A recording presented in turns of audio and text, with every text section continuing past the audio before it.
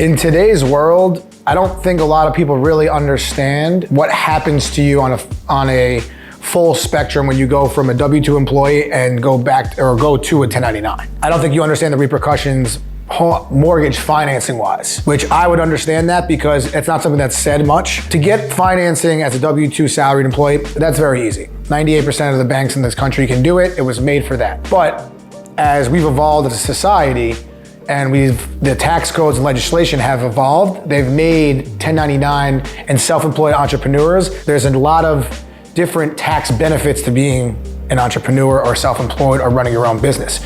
And for that, I say this to all my clients, you're not going to beat the government two ways. You're not going to get the best rates and you're not going to also pay your taxes. Unfortunately, it kind of is one or the other.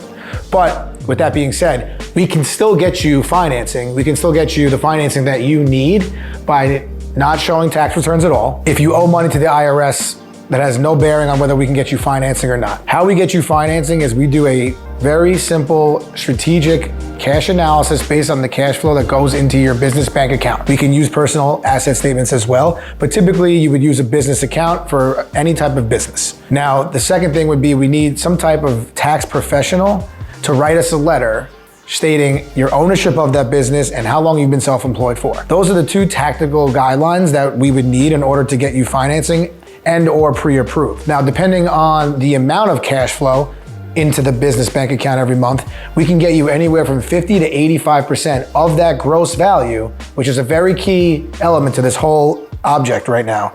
It's the gross amount of money that comes into your bank accounts. It's not the ending balance and or the net after expenses. It's the gross amount.